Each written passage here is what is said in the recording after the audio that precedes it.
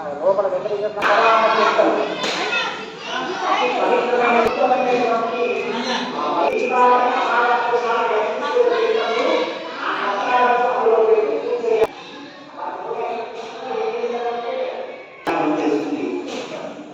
కలియుగంలో కనుక శుభముందున్న సాక్షాత్ భూలోకమైనటువంటి తిరుమలపై విశ్వమైనటువంటి భక్తుడి శ్రీనివాస రూపంలో కలిసి శ్రీ వెంకటేశ్వరునిగా భక్తులు కొలగొట్టుకున్న శ్రీమన్నారాయణ వారు శ్రీ వెంకటేశ్వర వ్రతకల్పంగా ప్రసిద్ధి పొంది ఈ వ్రతాన్ని గురించి గ్రంథం రచించవలసిందిగా అనుగ్రహించి అనుగ్రహించి ఈ విధంగా చెప్పసాగారు.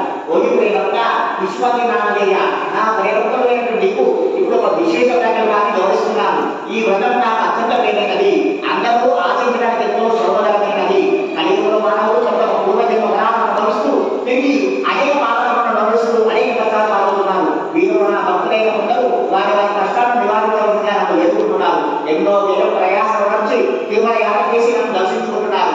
నాకు భక్తులంటే నాకు అత్యంత ప్రియము. నా మీద పూర్తి భాగం వేసి ధర్మంలో జీవితం గడిపే వారి బాధ్యత నేనే వహిస్తాను. ఇప్పుడు నేను వివరిస్తున్న ఈ వ్రతము శ్రీ వెంకటేశ్వర వ్రతకల్పం అనే పేరుతో ప్రసిద్ధి పొందగలదు. ఈ వ్రతం నాకు అత్యంత ప్రియమైనది.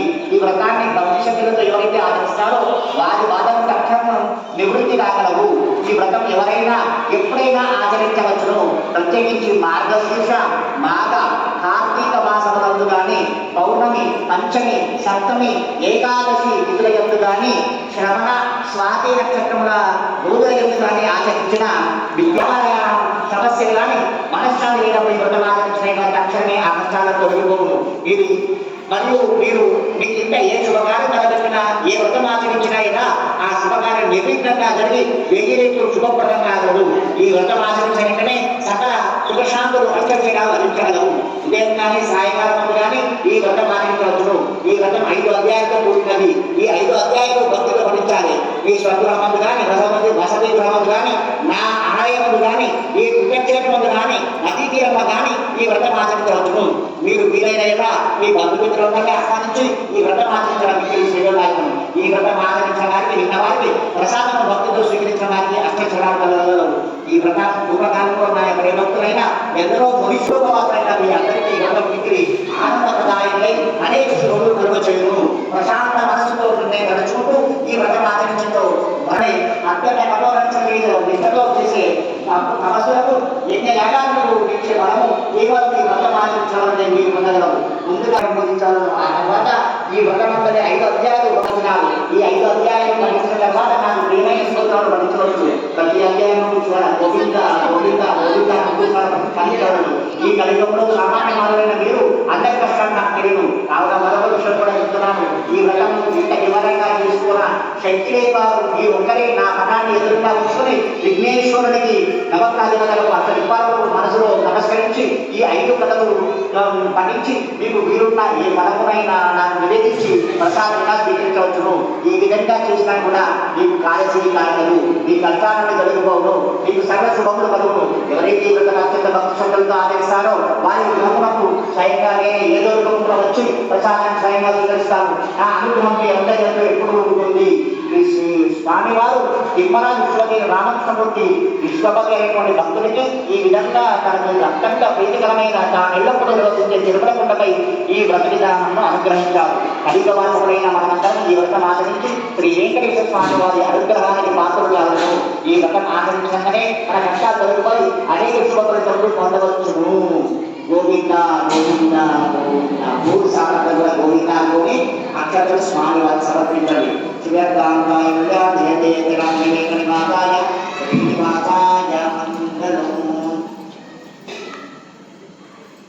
ఏం చెప్తున్నారో ఆయన చెప్తున్నాడు. ఎట్లా చేయమని చెప్తున్నాడు. ఎట్లా చేయమన్నాడు. ఆడపరాలకు పోవాల్సిన అవసరం లేదు. ఏం చెప్తున్నాడు. ఆడపరాలకు పోవలసిన అవసరము లేదు. ఎట్లా చేయాలి. భక్తితో ప్రేమతో చెయ్యాలి. ఇన్స్టాగ్రామ్లో పెట్టుకోవడానికి ఫోన్ పెట్టి పూజ చేసుకుంటాను. ఇన్స్టాగ్రామ్లో మొత్తం అవే వస్తాయి. ఫోన్ పెట్టేసి పూజ చేస్తుంది. అత్తగా భక్తితో చెయ్యాలి, ప్రేమతో చెయ్యాలి. ఆయన ఏమనుకుంటుండు. ఏం అవసరం లేదు. నీ దగ్గర ఏదన్నా ఫలము ఉంటే ఫలము నాకు పెట్టి నువ్వు స్వీకరించు అంటుండు. అవునా? అంత సులభంగా స్వామివారు మనకు చెప్తున్నాడు. సులభతరమైనటువంటిది వెంకటేశ్వర స్వామి వ్రతం ఉంటుంది. భగవంతుడు అందరూ చూస్తూ ఉంటాడు. కొంతమందికి తిరుమలలో 16 గంటల సమయం పడుతుంది, కొంతమందికి గంటన్నర సమయం పడుతుంది, కొంతమందికి 15 నిమిషాల సమయం పడుతుంది. ఎందుకో తెలుసా? చూస్తాడు. వెంకటేశ్వర స్వామి సామాన్యుడు కాదు, అగ్ని పరీక్ష పెడతాడు. దాంట్లో నెగితేనే మనకు నీకు కాదు నాకు పెడతాడు.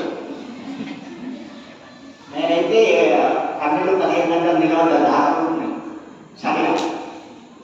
అంటే నాకు ఒక దర్శనం ఉంటుంది, శాక్తుమై దర్శనం అని. అది లోపల ద్రావిడ పెట్టడం మన ధర్మవాసంలో చూడటం కదా, అది చదివేటప్పుడు నాకు అవకాశం ఉంటుంది. ఇక్కడ నేను ఎప్పుడు కూడా అలా ఉంటుంది. ఇక్కడే భక్తుల లైఫ్ దాంట్లో అప్పుడు మేము ఒక 5 మార్గం పోతాం అన్నమాట. దాంట్లో కర్నూలు రాజశేఖర నేను, తర్వాత ఉదయ గణేష్ 5 పోయినాం. మొట్టమొదటి కన్యా దర్శనం అనుకుంటాం. 9 గంటలకు బయటకు వచ్చినాం. 9-9:30 అయింది.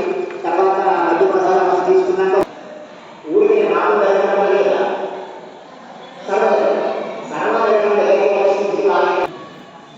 ఎంతసేపు 5 నిమిషాలు.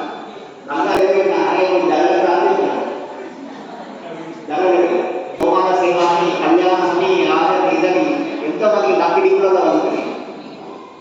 అదృష్టం ఉంటే వారి చుట్టం ఉంటే అంతే. కనుక ప్రశాంతంగా భక్తితో శ్రద్ధతో భగవంతుని నమ్మితే ఖచ్చితంగా వాడు పడుకుంటాడు. వాళ్ళే చూస్తున్నాడు, నా కాళ్ళు పడుకోవాలి, నేను మీకు మిమ్మల్ని చూస్తారా అని చెప్పేసి.